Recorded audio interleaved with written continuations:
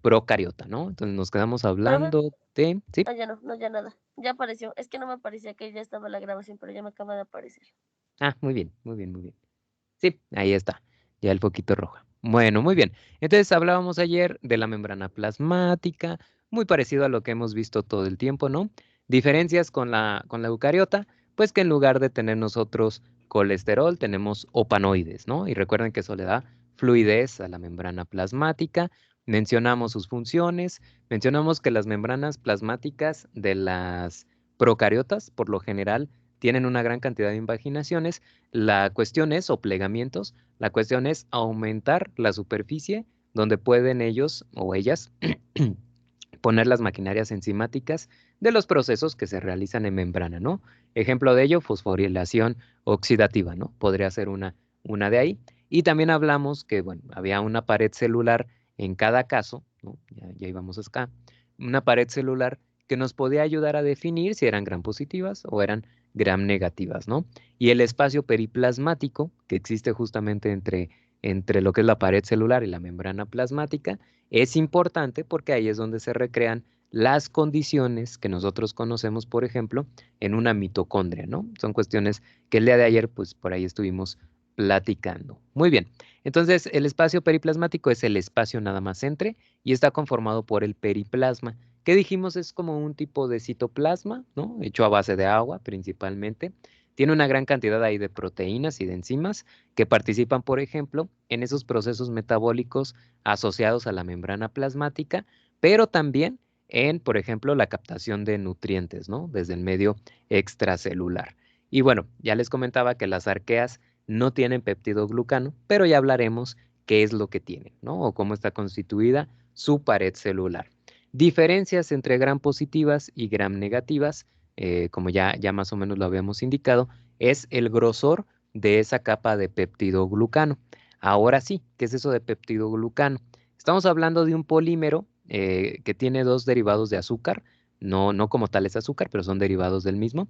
Uno se conoce como N-acetilglucosamina, que sería, déjenme ver, N-acetilglucosamina, este que nosotros vemos aquí, y el otro es el ácido N-acetilmurámico, este que vemos acá, ¿no? Como ven, los dos parecen mucho o asemejan mucho a lo que es un carbohidrato, un azúcar, una molécula de glucosa, pero tenemos algunas sustituciones en la estructura química. Ah, caray, ¿por qué no me deja esto? Déjenme pongo el láser. Ahí está. Entonces, nosotros tenemos algunas sustituciones en la estructura química que nos permiten de alguna manera distinguirla, ¿no? Por ejemplo, aquí está donde tenemos ahí un enlace con nitrógeno y un grupo ceto, ¿no? Dentro de la estructura.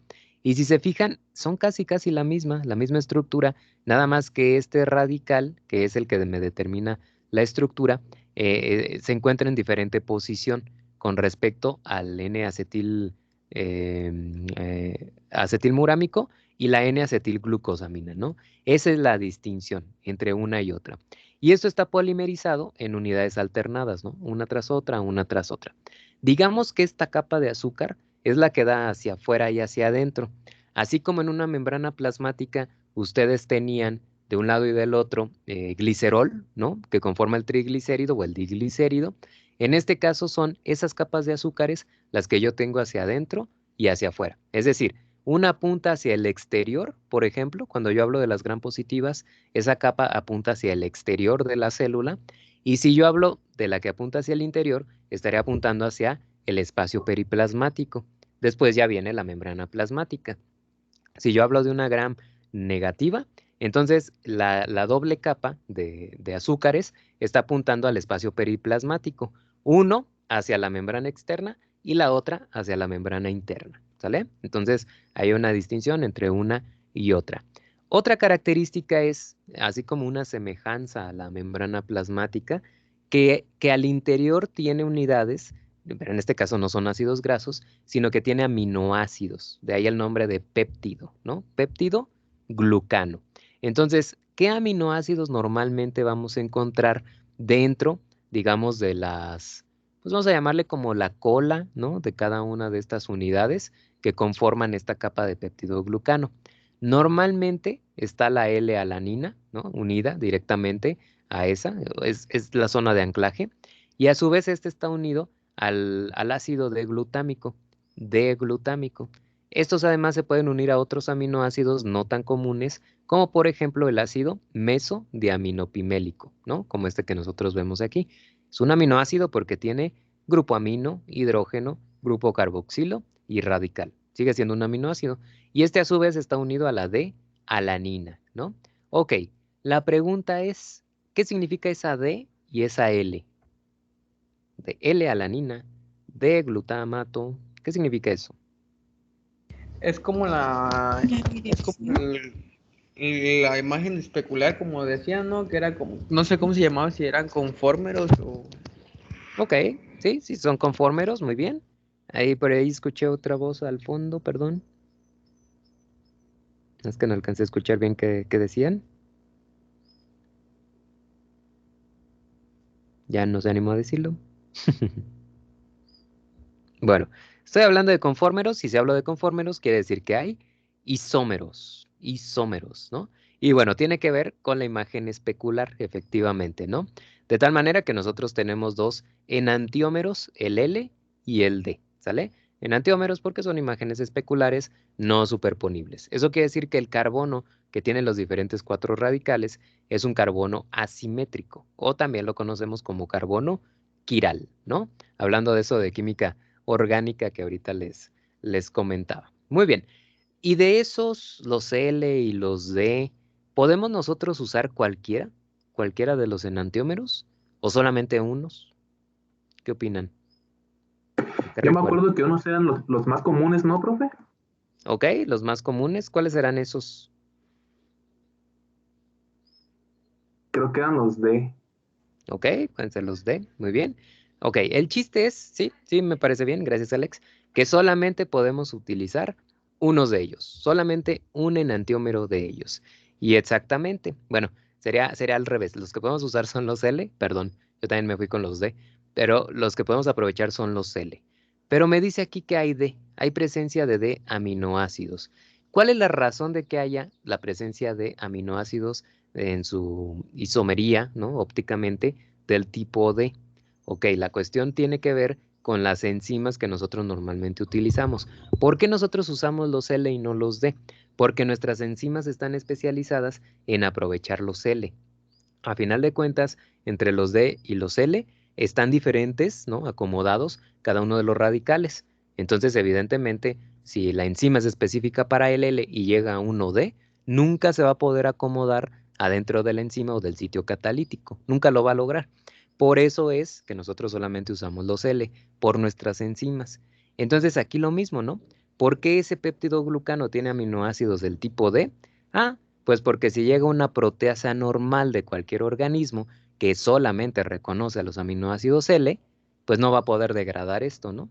Ella va a llegar y quizá pueda romper el enlace de la alanina, pero cuando llegue aquí una proteasa, no va a poder hacer absolutamente nada, porque el aminoácido D no lo reconoce, no es su sustrato para poderlo degradar y romper el enlace peptídico, ¿no? Que mantiene unidos a estos. Por lo tanto, se protege de alguna manera de las proteasas, tanto extracelulares como intracelulares, ¿no? Y digo, hay que pensarlo de una manera, ¿cómo les diré? Como si fuéramos nosotros, nuestras células animales que forman parte de un organismo como somos nosotros, multicelulares, realmente se protegen unas a otras, ¿no? De alguna manera. Se comunican unas a otras, si le falta sustrato a una, se lo pueden pasar sin ninguna bronca, ¿no? O sea, viven en una comunidad. Pero cuando nosotros hablamos de bacterias que sabemos que son unicelulares, imagínense, para ellas debe ser un apocalipsis todos los días, ¿no?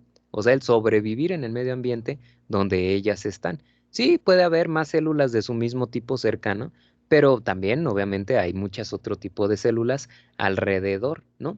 Es como nosotros si estuviéramos en un planeta donde hay muchas especies de extraterrestres y todos estamos compitiendo por poder alimentarnos y sobrevivir, ¿no? Imagínense. Entonces, eso hacen estas células. Y en el caso de las bacterias, para poder protegerse un poquito, para tener un escudo de protección, pues utilizan los aminoácidos del tipo D, ¿sale? Entonces, pregunta de examen para que se la graben, se la graben. ¿Por qué aminoácidos D en el péptidoglucano? Para protegerse de las proteasas y peptidasas, ¿sale? Esa es la razón. ¿Por qué? Pues porque no pueden reconocer los aminoácidos D, solamente los aminoácidos L. Esos son los que normalmente te van a reconocer. Muy bien. ¿Dudas hasta aquí? ¿Todo bien? ¿Todo en orden? Dijo que era para proteger las... ¿Qué, profe?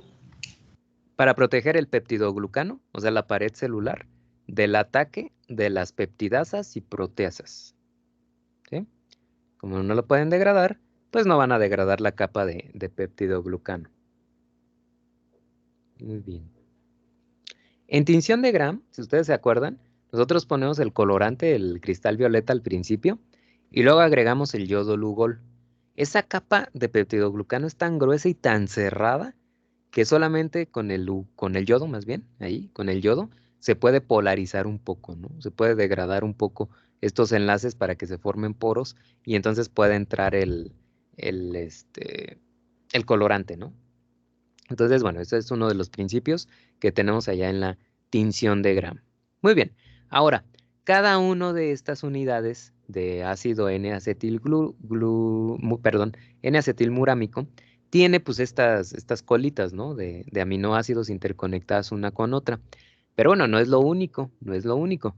También nosotros vamos a tener del otro extremo, pues una capa igual, ¿no? Es nuevamente como si fuera una bicapa lipídica, en este caso sería una bicapa donde yo tengo alrededor carbohidratos y hacia el centro puros aminoácidos, ¿no? Entonces, los aminoácidos no solamente sirven para generar proteínas, también, por ejemplo, lo utilizan para generar este tipo de estructuras. Y entre ellos puede haber interconexiones, de tal manera que, por ejemplo, el que decíamos ahorita, el DAP, que es el ácido diaminopimélico, DAP. Ese, por ejemplo, puede formar un interpuente con lo que es la dealanina, ¿no?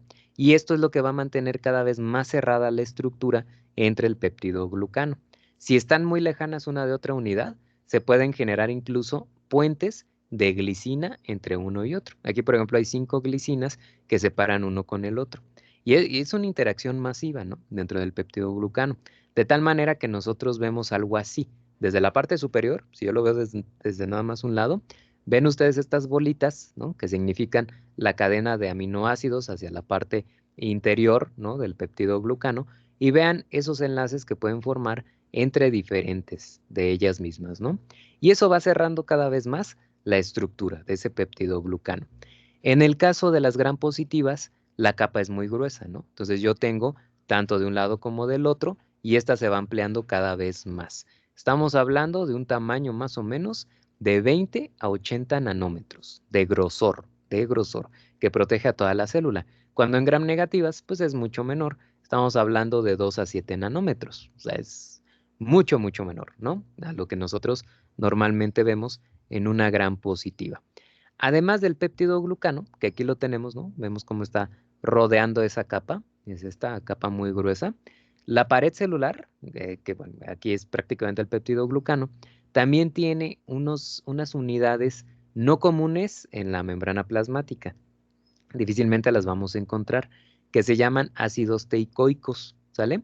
Estos son polímeros de glicerol, como ustedes pueden ver, son varios gliceroles, incluso pueden ser 2, 3, que están unidos mediante puentes fosfato, como ustedes pueden observar, y cada uno de estos tiene un radical de cadena larga, ¿sale? Estos van a generar unas estructuras como esto que yo veo aquí, estas. Estos son los ácidos famosos teicoicos. Y esos ácidos teicoicos, ¿cuál será su función? A ver cómo lo ven. De acuerdo a la imagen, ¿cuál creen que sea la función? ¿De transporte? Ajá, pueden servir de transporte, esa es una. ¿Alguna otra? Como de sostener la capa. Exactamente, ¿no?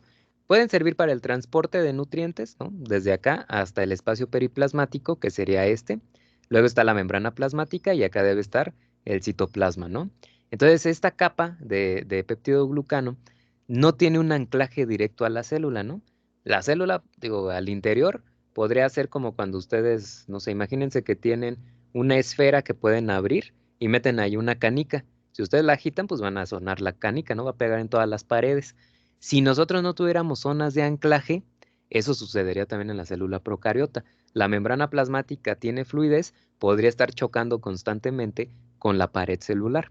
Para evitar esto, se sintetizan este tipo de compuestos, los ácidos teicoicos, que como ven atraviesan la capa de péptidoglucano y muchos de ellos se pueden anclar directamente en la membrana plasmática, como ustedes pueden observar aquí. Entonces es una manera de separar, ¿no? O sea, de mantener separada la capa de péptidoglucano, la pared celular, de la membrana plasmática y además ayuda a generar el periplasma, o sea, que quede ese espacio ahí entre una y otra, que es el espacio periplasmático. Y bien, aquellos que ven que no atraviesan por completo el péptidoglucano, pues van referidos más al transporte de nutrientes, ¿no? Estos que nosotros vemos por acá, ¿sí? Entonces, bueno, ahí está, perfecto. Esa es otra característica de las gram positivas, ¿no? La presencia de esos ácidos teicoicos o lipoteicoicos. Muy bien. Y en el caso de las gram negativas, nuevamente, nosotros vemos una capa muy delgada de peptidoglucano, como pueden observar, y más bien aquí la distancia entre las diferentes membranas plasmáticas va ligada a la unión del peptidoglucano, pero con la membrana externa, no con la interna, ¿no? Digo, las gram positivas no tienen membrana externa, pero en las gram negativas, ahí es donde se da el anclaje, como ustedes pueden ver, ¿no? Entonces, estos anclajes se dan a partir de lipopolisacáridos, parecidos en algún momento a lo que es el ácido teicoico. Como ustedes pueden ver, aquí estaría la estructura del lípido, ¿no? Como ustedes pueden observar.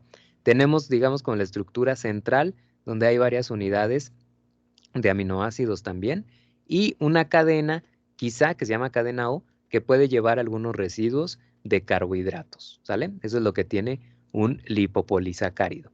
Y todo esto en conjunto sería esta representación que te permite entonces anclar entre una y otra. Otras de esas cadenas sobresalen, como ustedes pueden ver, sobresalen de la membrana externa y sirven, por ejemplo, para atrapar alimento, para atrapar moléculas de agua, etcétera, ¿no? Sirven para muchas otras cosas. Recuerden también que, por ejemplo, los sistemas de transporte de nutrientes en una gram negativa, pues van a estar anclados en la membrana externa, no en la interna, ¿no? A diferencia de las gram positivas, donde el peptidoglucano primero funciona como un filtro y lo que pase ahora sí, pues ya irá para la membrana interna, ¿no? Entonces, esta sería la estructura normal, clásica, de una gram negativa, esa doble capa, ¿no? Y pues bueno, la verdad es que son más abundantes las gram negativas que las gram positivas, con su doble membrana que nosotros vemos por ahí. Muy bien, el peptidoglucano aquí, fíjense, no constituye más del 5-10% de todo el peso de la pared celular. Entonces, en realidad, la pared celular de una gram negativa va definida más por su membrana plasmática extracelular, ¿sí? Esa sería como la más importante dentro de, de la estructura de la pared celular, ¿sale? Muy bien. ¿Dudas de esto de la pared celular?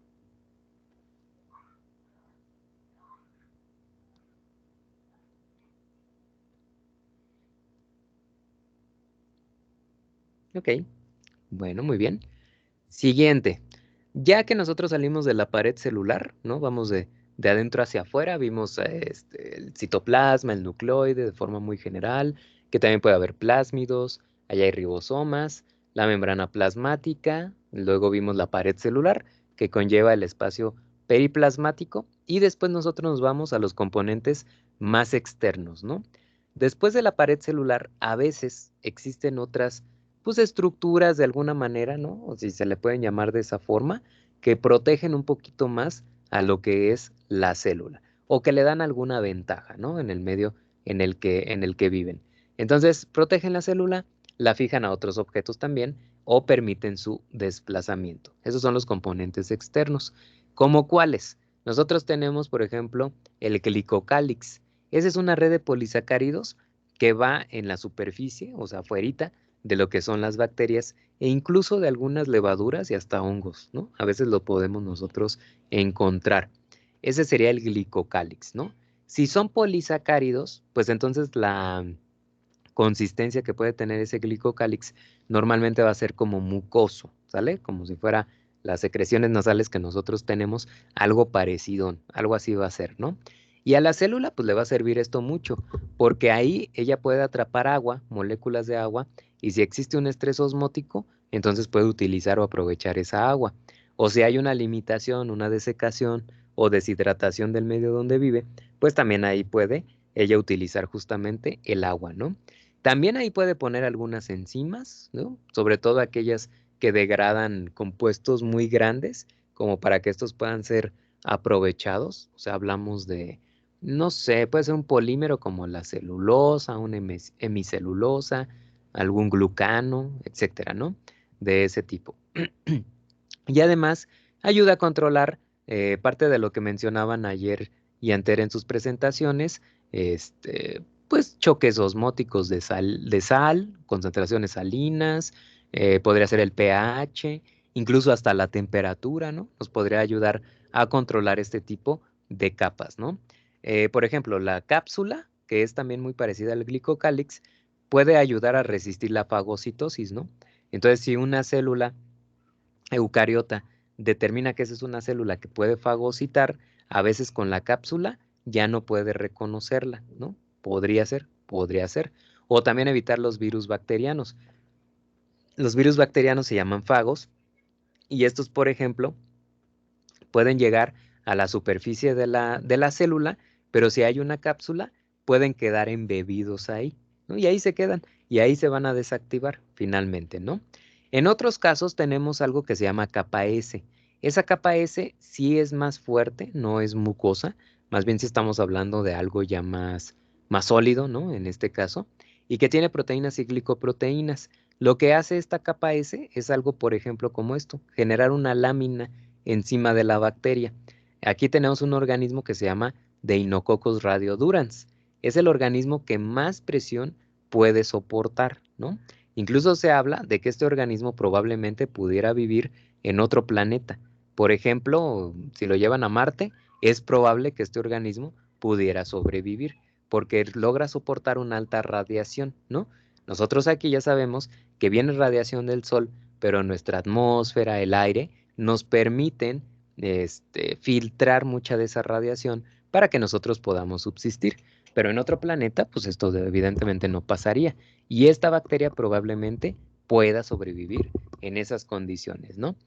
Por eso de que no existe vida en otro planeta, yo creo que sí existe. Al menos microscópica, pero yo considero que sí debe existir, ¿no? Yo creo, en mi opinión de microbiólogo. Y bueno, esas serían como otras estructuras, ¿no? Sobre todo, nuevamente, como para aprovechar lo que hay en su medio ambiente o de protección. Pero también dentro de estos mismos encontramos las estructuras sobre todo de movimiento, ¿no? Ok, primero que nada están las fimbrias. Las fimbrias, que son estas de aquí, son apéndices muy cortitos, muy finitos, muy delgados también, de subunidades de proteínas en forma helicoidal. Y estas ayudan, por ejemplo, a fijar a las bacterias a una superficie sólida. Si está en un medio acuático, sobre todo, la célula normalmente anda flotando, ¿no? En ese medio acuático. Pero cuando requiere anclarse a una zona en específico, lo puede hacer a través de estos apéndices, a través de las fimbrias, ¿no? También ya habíamos mencionado el pilus sexual. Ese pilus sexual es un apéndice más ancho, 10 nanómetros más o menos, y como vimos, funciona en el proceso de conjugación bacteriana, ¿no? Es para poder transmitir, por ejemplo, los plásmidos. Y además tenemos los flagelos. Los flagelos son apéndices más gruesos, pero también mucho más largos, ¿no? Estamos hablando de una longitud de 20 nanómetros hasta 15, 20 micrómetros. O sea, realmente son muy extensos, ¿no? Los flagelos. Y permiten evidentemente el movimiento de las bacterias. Ojo, aquí solamente hay flagelos. Aquí no hay otro sistema de movimiento. Los cilios, que también sirven para mover, solamente los voy a encontrar en eucariotas, ¿sale? Nunca va a haber cilios en el caso de las procariotas, solamente flagelos. E incluso el hecho de que tengan flagelos nos ayuda a clasificar a las bacterias en diferentes puntos. Por ejemplo, las monótricas solamente tienen un solo flagelo y este por lo general es polar. Es decir, si es un bacilo, pues va a estar en el polo de alguno de los, más bien en alguno de los polos del bacilo, ¿no? Las anfítricas, las bacterias anfítricas, tienen un flagelo en cada polo de la célula. Las lofótricas tienen un mechón, un grupo de flagelos en un lado o el otro lado, o en ambos, ¿no? Y las perítricas son aquellas bacterias que tienen flagelos completamente alrededor, distribuidos por toda la superficie. Muy bien, vamos a ver este video. No recuerdo muy bien de qué es, pero bueno, vamos a verlo. Supongo que tiene que ver con todo esto. Ok. Y, a ver, déjenme, veo si está con el sonido de la compu. Sí. Ok. Vamos a ver.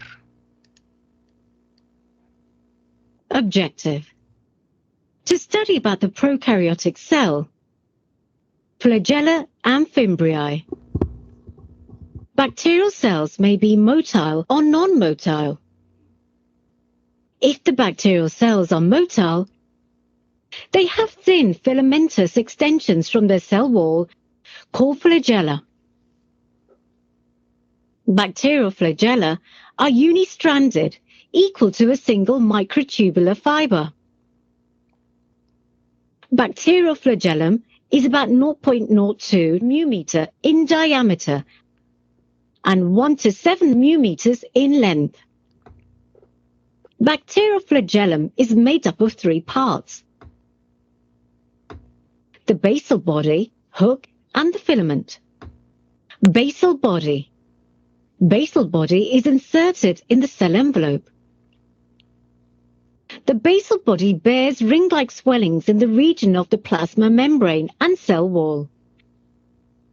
In gram-negative bacteria, there are 2 pairs of rings, L and P rings in the cell wall, S and M rings in the plasma membrane. In gram-positive bacteria, a single pair of rings, S and M, are embedded in the plasma membrane. Hook. Hook is curved tubular structure which connects the filament with the basal body. Hook is the thickest part of flagellum. Filament. Filament part is long tubular structure which causes turbulence in the liquid medium. Filament is made of a protein called flagellin. Protein molecules are globular. They occur in 3 to 11 spiral rows. Number and arrangement of flagella. Flagella are present in all types of bacteria except Theococcus type. Bacteria are of different kinds on the basis of number and arrangement of flagella. In Atrichous bacteria, flagella are absent. All cocci bacteria are atrichous. A monotrichous bacterium has single flagellum. Vibrio and Xanthomonas are the monotrichous bacteria. Laphotrichous bacterium has a group of flagella at one end. Amphotrichous bacterium has one or many flagella present at both the ends of the bacterium. Nitrosomonas is an amphotrichous bacterium. A peritrichous bacterium has flagella all over the surface of bacterium. E. coli and Salmonella are the petriticious bacteria. Pili and Fimbria. In addition to flagella, there are pili and fimbria in bacterial cell. They do not play any role in motility. The pili are elongated tubular structures made of a special protein called pilin. The fimbriae are small bristle-like fibers sprouting out of the cell. In some bacteria, these pili or fimbriae are useful for the attachment of bacteria to rocks in streams and also to the host tissues. Pili or fimbriae are very common in the gram-negative bacteria, but also seen in some archaea and the gram-positive bacteria. and E. coli, sex pili are present. They help in the transfer of genetic material from one bacterium to another, forming conjugation tube during sexual reproduction.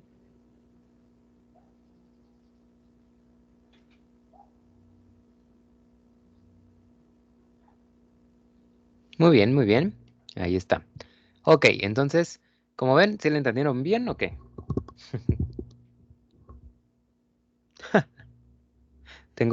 Puse los subtítulos en el celular por lo del video. Dije, a ver si lo reconoce, si lo reconoce bien. Ahorita que les dije si lo vieron bien o qué, me salió abajo Kobe, Kobian. Bueno, ok. Está presente aquí el jefazo Kobe, ¿verdad? Ok, ¿cómo ven?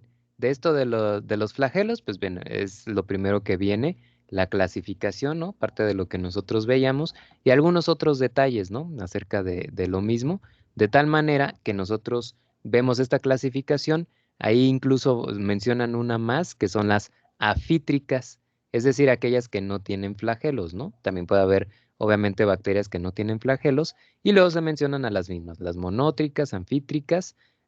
Ojo, unas son anfítricas y otras afítricas, ¿no? Afítricas no tienen flagelos. Anfítricas tienen uno en cada polo. Lofótricas, bueno, aquí sería uno o varios en cada polo. Lofótricas y perítricas. Sí, no, ya la regué entonces. Anfítricas, un flagelo en cada polo, y lofótricas, sí, grupo de flagelos en uno o ambos extremos. Más bien. Ya los ando confundiendo. Muy bien. Pero bueno, también ahí en el video veíamos nosotros que para que el flagelo esté anclado, necesitamos pues algunas estructuras que van ligadas desde la pared celular hasta la membrana plasmática, ¿no? Nada más que ahí en el video no se observaba muy bien como de la gram negativa, cuál era la, digamos, la membrana externa, cuál era la parte del péptido glucano y todo eso, ¿no? Tenemos entonces anillos, como ustedes pueden ver, de anclaje a cada una de las membranas, dependiendo o según sea el caso, como ustedes pueden ver aquí. En el caso de una gram negativa, tenemos un doble anillo que se llama anillo M y anillo S, anclados a la membrana interna. Luego, anclado a lo que es la capa de peptidoglucano muy delgadita, se llama anillo P. Y finalmente tenemos el anillo L, que está anclado a la membrana externa. Entonces, realmente el flagelo está muy ligado a tanto la membrana como la pared celular. Y acá, de este lado, es por donde llega toda la energía necesaria para que obviamente se pueda mover el flagelo, ¿no? Para poder hacer el impulso. Ahora, nosotros tenemos una estructura que se llama gancho. ¿Por qué creen que sea importante eso del gancho? Esto que ustedes ven aquí. ¿Para qué servirá?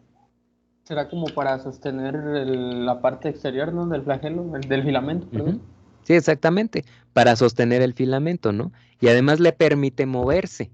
Si nosotros tuviéramos una estructura rígida completamente, el flagelo probablemente no podría ni girar, ni moverse para un lado, ni para el otro, ¿no? Por eso es que necesitamos esa estructura que además de anclaje, le dé un pequeño espacio para que el flagelo pueda moverse sin que se pueda romper, ¿no? La estructura, sin que éste se tenga que, digamos, despegar de toda esa estructura del anillo L, el anillo P, el anillo S y el anillo M, ¿sale? Eso en una gram negativa. En el caso de una gram positiva, tenemos nosotros el mismo anillo, los mismos anillos M y S, o sea, estos no cambian, pero ahora tenemos una estructura como si fuera siempre les digo como un vaso tequilero, ¿no? Parece una estructura así tipo gancho, pero donde se ancla justamente el gancho, que sobresale y que va desde la pared celular, todo el grosor de la capa de peptidoglucano tan fuerte, ¿no? Y eso nos lleva al gancho, donde nuevamente está anclado el filamento que puede tener movimiento, ¿no? Ahora, el movimiento de los flagelos depende de si hay solamente uno o si hay varios. Por ejemplo, si solamente hay uno y se mueve en contra de las manecillas del reloj, para la célula va a causar un impulso hacia adelante, ¿no? Si entonces gira como un motor en contra de las manecillas del reloj o hacia la izquierda, causa un impulso hacia adelante. Pero si la célula se detiene y gira a favor de las manecillas del reloj, es decir, hacia la derecha, entonces la célula lo que va a hacer es girar sobre su propio eje, ¿sale? Así es como va a funcionar. Si tú tienes un mechón de flagelos, sea polar o sea en toda la estructura, alrededor de toda la estructura de la célula, sucede lo mismo. Cuando tenga que impulsarse, todos los flagelos se van a ubicar en un mismo punto, como ustedes pueden ver aquí, y todos van a girar al mismo tiempo en contra de las manecillas del reloj, para que eso entonces le dé un impulso a la célula. Pero cuando quiera girar la célula sobre su propio eje, se detienen, todos digamos que se extienden todos los flagelos y cada uno gira a favor de las manecillas del reloj. Digo, obviamente el movimiento de entre todos va a provocar que gire o no gire, o tenga un medio giro, o un cuarto de giro, lo que sea, ¿no? La célula. Pero eso es para lo que le sirve entonces el flagelo a una célula de bacterias, ¿no? Nuevamente, no todas las bacterias tienen flagelos, pero bacterias tan importantes como las que se mencionaron ahí en el video, entre ellas, ¿cuáles se mencionaron? ¿Qué bacterias dijeron?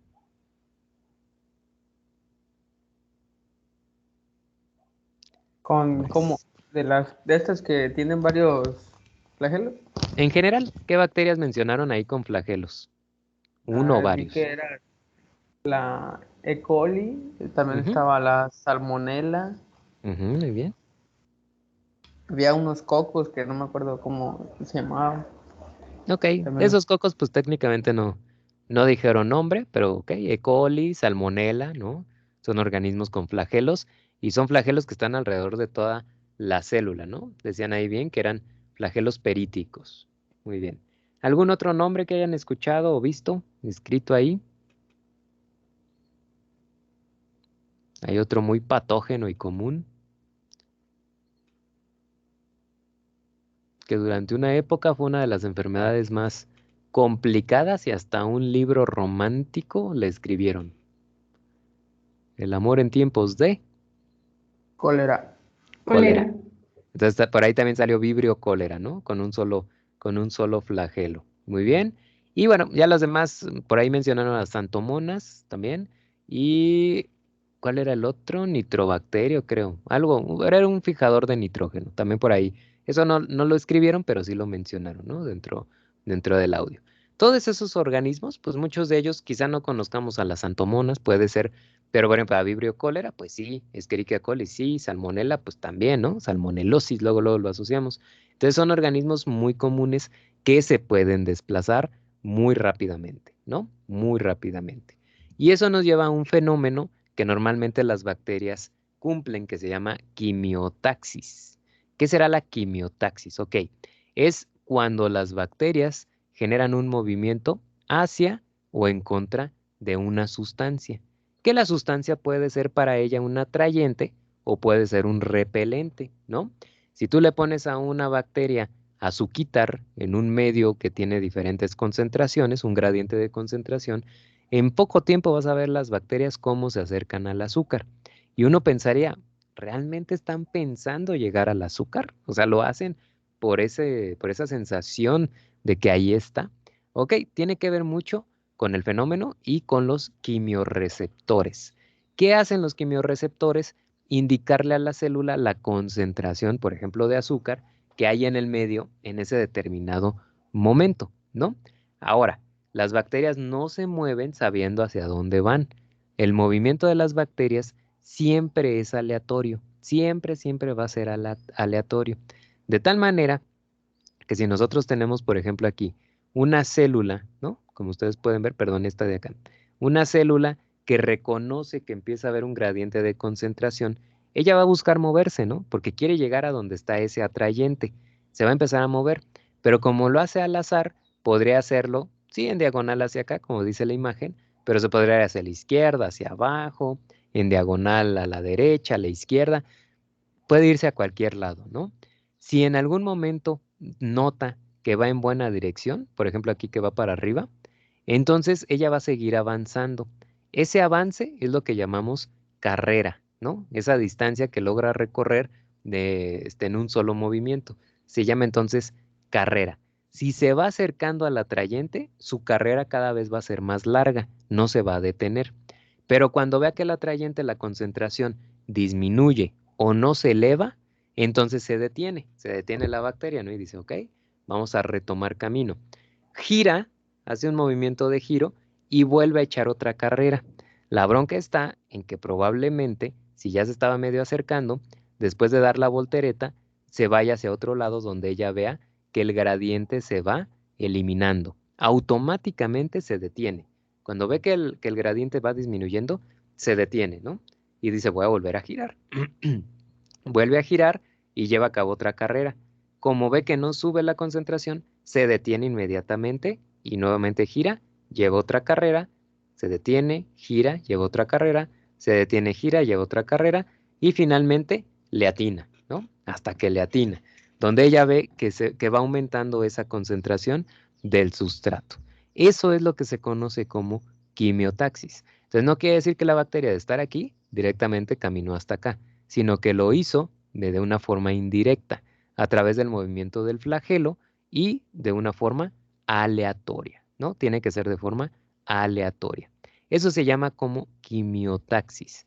Por ejemplo, si yo pongo en un matraz o tubo o vaso un tubito con un atrayente, como puede ser azúcar, yo voy a ver cómo el tubo se llena inmediatamente de bacterias.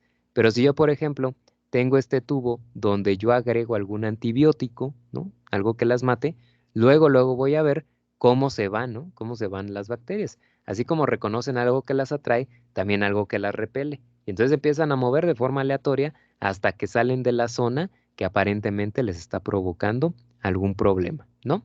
Muy bien. ¿Dudas hasta aquí con la quimiotaxis?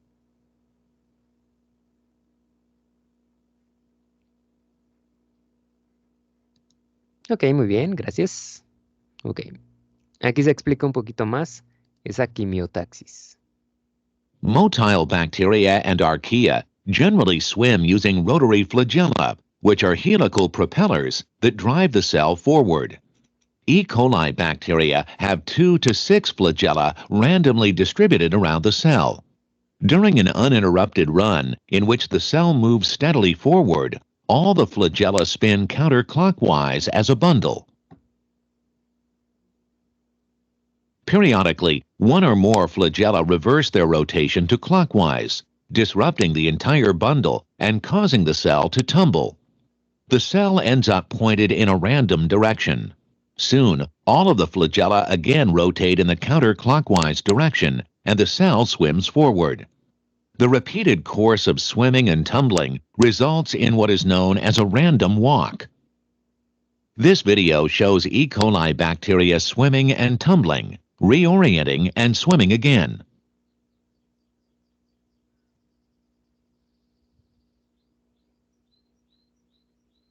Most flagellated cells have an elaborate sensory system that enables them to swim toward favorable environments that contain attractants, such as nutrients, and away from inferior environments that contain repellent signals, such as waste products. This sensory system is known as chemotaxis. In E. coli, the flagella bundle together behind one pole of the cell, while the opposite pole contains a diversity of chemotactic receptors. When the cell moves away from an attractant, that is, down the concentration gradient of the attractant, the receptors send signals that trigger one or more flagella to rotate clockwise. The bundle flies apart, causing the cell to tumble and then swim in a new, random direction. As the concentration of an attractant increases, the cell generates fewer signals to switch flagellar rotation, and the cell tumbles less often. The pattern of movement in chemotaxis is called a biased random walk, in which the cell tends to migrate toward the attractant. In contrast, a random walk has more frequent changes in direction and shorter runs.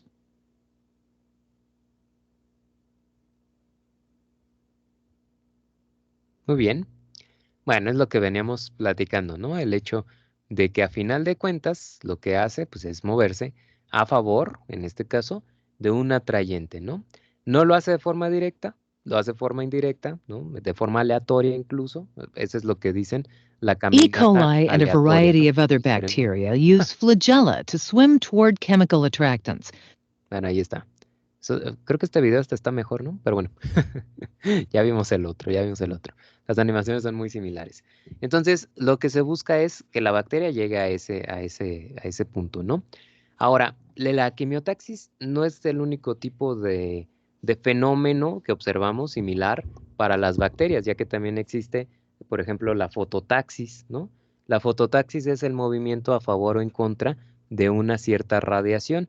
Entonces, si tú hablas de un organismo que es, por ejemplo, fotosintético y ella necesita, esa bacteria, no sé, 460 nanómetros de radiación, de longitud de onda de la radiación, pues va a buscar moverse a donde encuentre justamente esa radiación. Esa sería la fototaxis. Pero también, por ejemplo, puede ser la temperatura, puede ser un gradiente de pH, concentración salina, o sea, todos esos factores que ustedes por ahí mencionaron dentro de sus expos, ¿no? Con cualquiera de ellas se podría activar de esta forma este fenómeno, ¿no? Que nosotros vemos aquí. Muy bien, y es algo muy característico nuevamente de las bacterias. Y bueno, finalmente dentro de la estructura de las procariotas, nosotros tenemos a las endosporas. No todos los organismos los pueden sintetizar.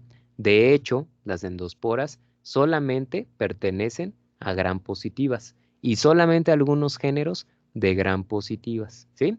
Estas estructuras de resistencia, déjenme veo.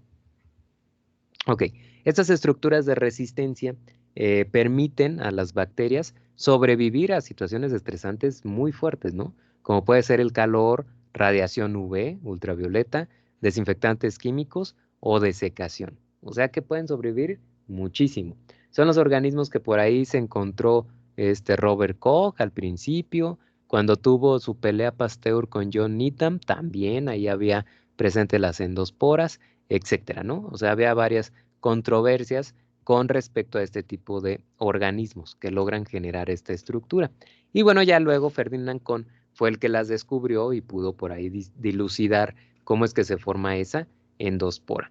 A pesar de que parece que la célula va a tener una célula hija, que sería la endospora, en realidad la endospora o la formación de esporas se, digamos, se enfoca más o cree, o la hipótesis es que más bien la célula se está transformando, no tanto replicando, sino más bien transformando, ¿no? De una célula vegetativa a una endospora. Eso sería de forma general. Muy bien.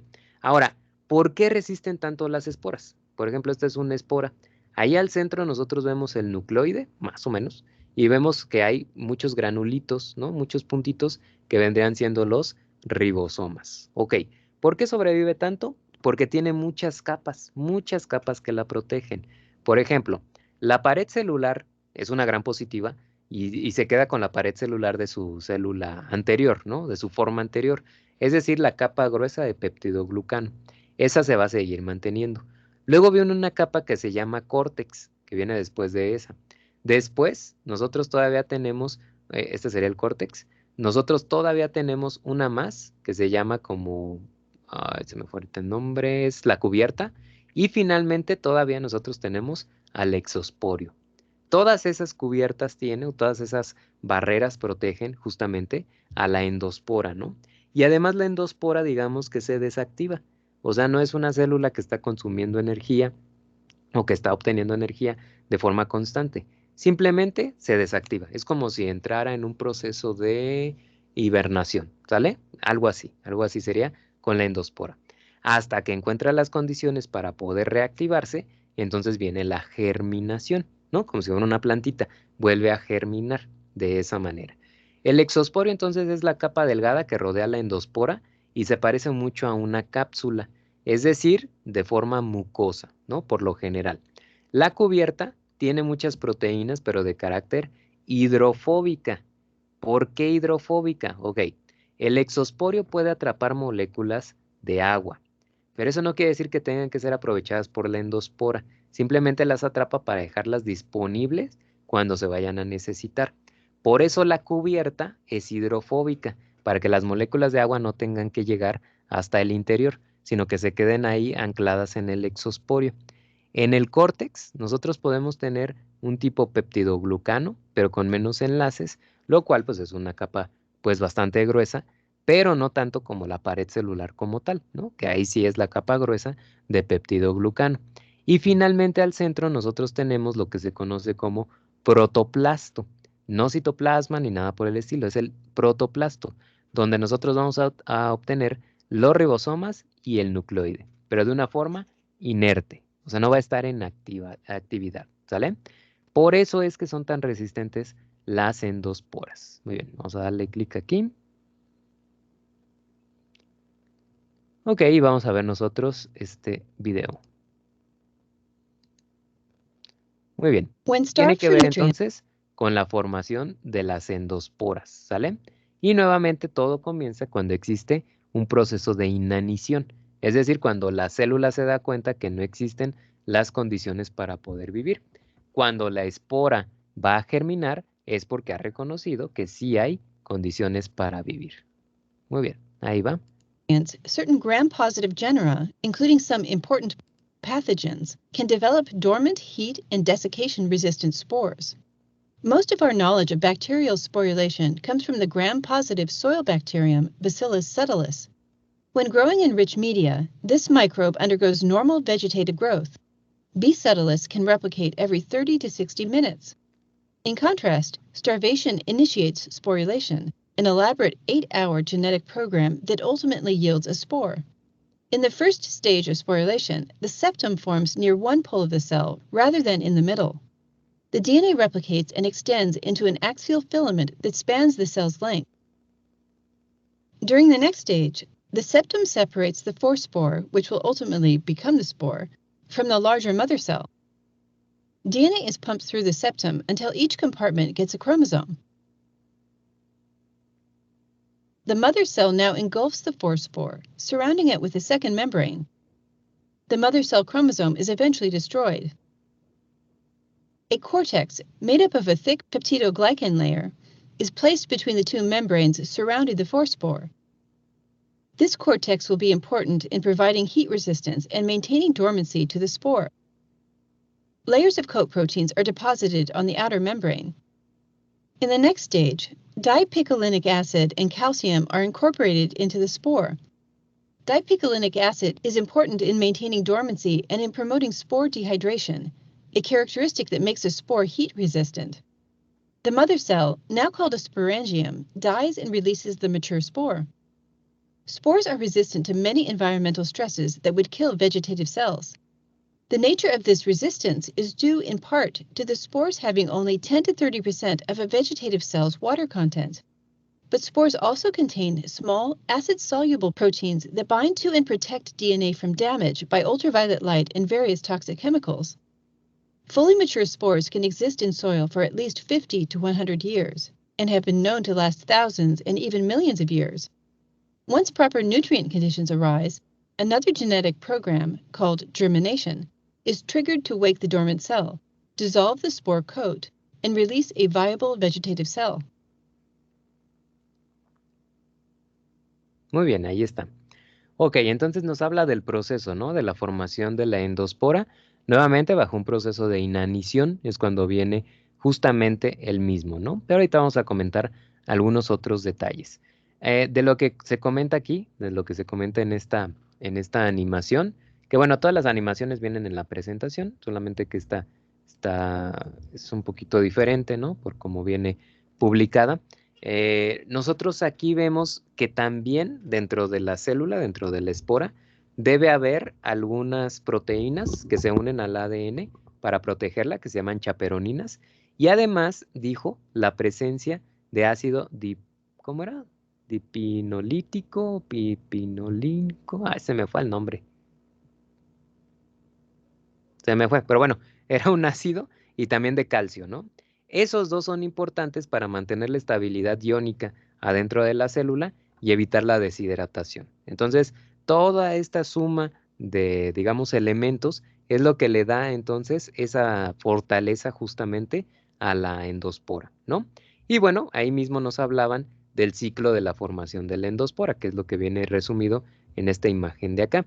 Primero que nada, la célula se está dividiendo constantemente, pero cuando reconoce que no existen las condiciones para vivir, entonces lo que va a hacer es septar como ustedes pueden ver, genera una protuberancia dentro de su membrana celular y el ADN lo replica de forma natural.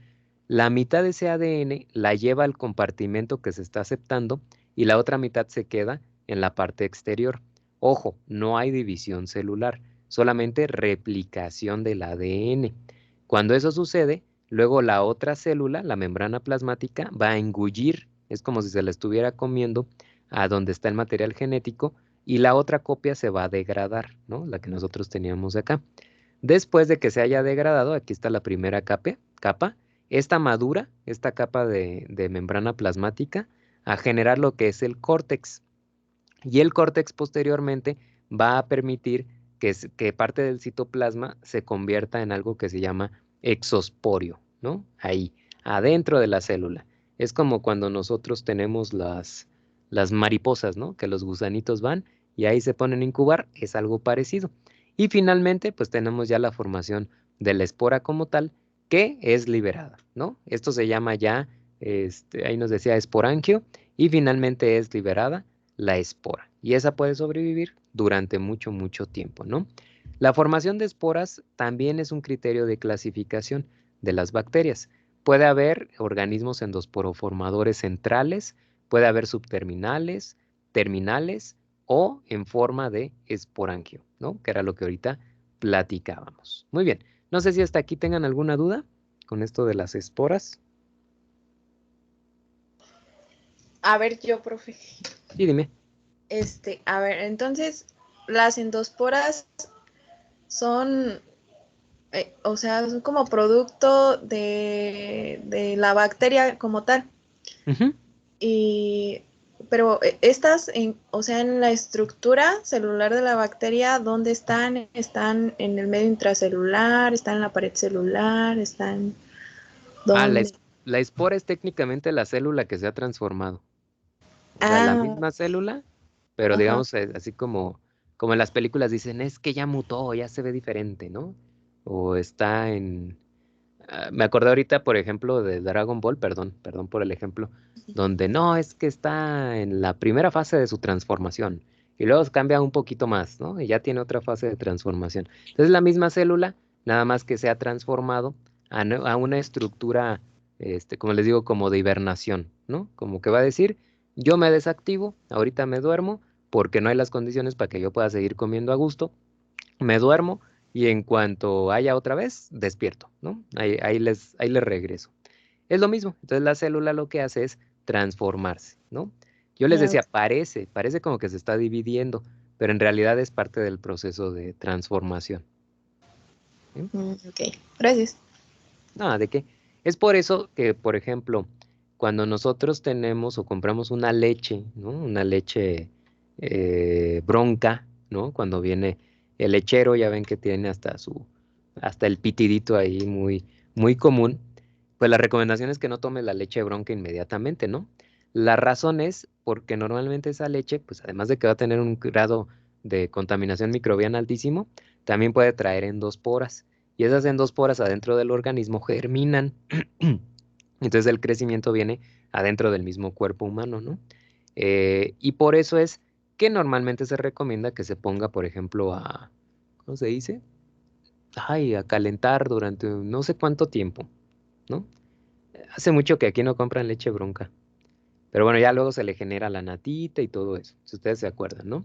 Y por eso la leche, por ejemplo, pasteurizada, si viene contaminada, híjole, pues quiere decir que algo les pasó, ¿no? Que se les fueron esporas justamente del organismo. Porque una pasteurización te baja el contenido microbiano, pero difícilmente te mata esporas, ¿no? Por eso existe la ultrapasteurización. Nosotros actualmente, o bueno, al menos aquí en mi casa ya tomamos leche de cartoncito, ¿no? Que viene ultra pasteurizada. Entonces, ¿eso qué quiere decir? Que el tratamiento fue un poco más fuerte para poder eliminar todo este tipo de organismos. Y por eso es que tarda tanto en echarse a perder, ¿no? Porque como eliminaste todo, pues seguramente lo poquito que haya quedado va a tardar en germinar nuevamente. Por eso te dura más el alimento, ¿no? Ya si lo abres, pues ya es otro cantar, porque ya lo estás por ahí contaminando de una manera extra. Muy bien, ¿alguna duda? ¿Otra duda? Supongo que que estos videos tienen que ver con lo mismo de las esporas. Ah, miren, incluso este ya no está disponible. Ay, lo acabamos de ver en mayo, que di este tema ya en micro, qué raro. Y este tampoco por el flash. Sí es cierto. Sí es cierto. Bueno, habrá que ver si este lo dan de alta nuevamente después, ¿no? Pero bueno, son animaciones como este que tenemos aquí, ¿sale? Donde nos indica cómo se da la formación de la endospora. Ojo, endospora, no espora, ¿no? Las esporas, ese nombre lo utilizamos normalmente para hablar de estructuras de reproducción, ya sean asexuales o sexuales, pero endospora, estoy hablando de una estructura de resistencia, ¿sale? Muy bien, ¿alguna duda hasta aquí? Perdón, me duele el cuello.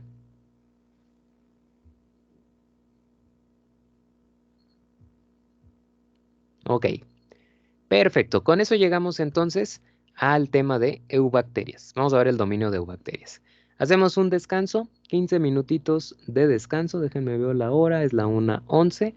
Entonces regresamos a la 1:26.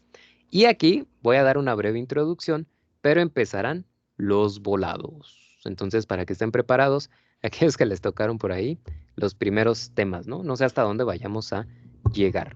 Recuerden que ahí ustedes pueden platicar algo y yo voy a ayudar a complementarlos. Y la persona que tiene que hablar es la que pierde el volado, ¿no? El que gana el volado, pues ya la hizo. Muy bien, entonces regresamos de nuestro receso ahorita en unos 15 minutitos.